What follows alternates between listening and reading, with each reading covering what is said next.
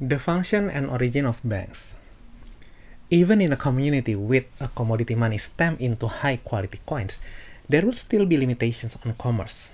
For example, wealthy individuals will be nervous about holding vast sums of gold or silver in their homes, where they would be vulnerable to theft, and it would be inconvenient to transfer a large amount of coin or bullion for every transaction involving a significant purchase price. A bank solved this problem by providing a secure location where members of the community can store their excess supplies of money. The other main function of bank is to serve as credit intermediaries, in which act as a conduit between borrowers and savers. The goldsmith was a logical person to also act as banker because his business already involved storing stockpiles of gold.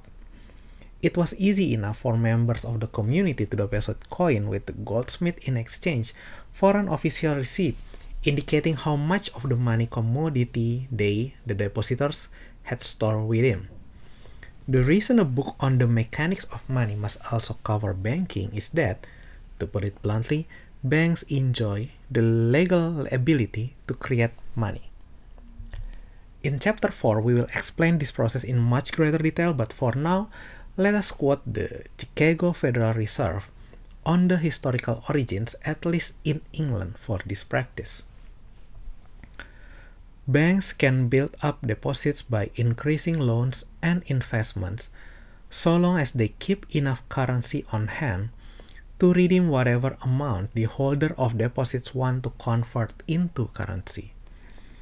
This unique attribute of the banking business was discovered many centuries ago. It started with goldsmiths. As early bankers, they initially provided safekeeping services, making profit from vault storage fees for gold and coins deposited with them. People would redeem their deposit receipts whenever they need gold or coins to purchase something, and physically take the gold or coins to the seller, who in turn would deposit them for safekeeping, often with the same banker.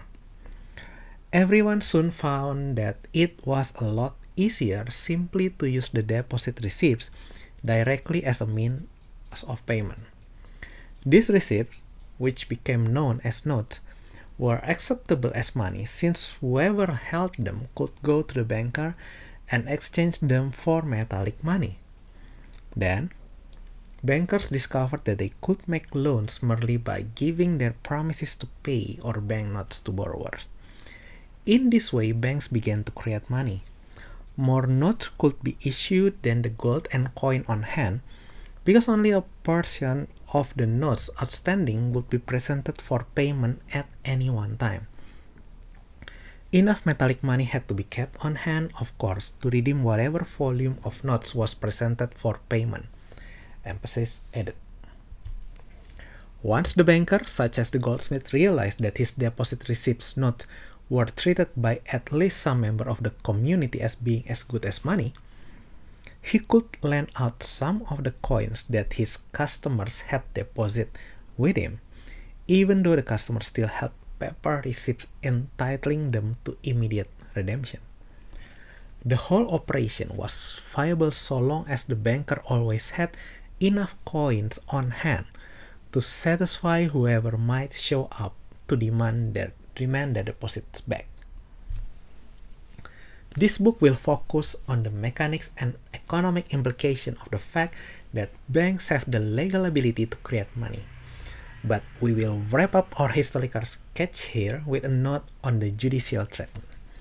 If someone hands over an item for safekeeping in which the specific article is important, such as a college student placing her furniture in a storage unit for the summer, or a dinner checking his coat when entering a restaurant, this is handled under bailment law.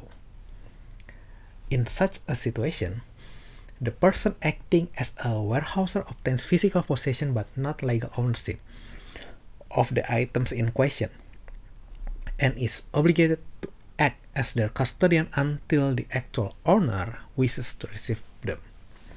It would be a breach of contract for the manager of a storage facility to rent out the student's coach, even if he had it safely back in the storage unit when she returned from summer break. However, when the deposited items are fungible goods such as weight or oil, then the relationship is more nuanced. With such an irregular deposit, the depositor isn't entitled to the specific physical items that were handed over for safekeeping, but instead merely expects to receive comparable items back. In a typical scenario, this is the type of deposit applicable to money. The people handing over coins to the goldsmith didn't care about receiving back those particular coins. They merely wanted to be sure of obtaining the same number of comparable coins when they redeem their deposit receipt, i.e. banknotes.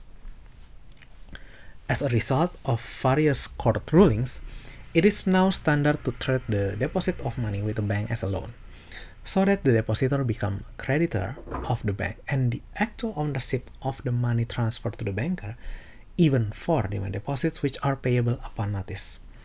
Rightly or wrongly, it is this legal treatment that allows the proverbial goldsmith to lend out some of the coins that his depositors had placed with him for safekeeping, and which allows modern banks to engage in fractional reserve banking.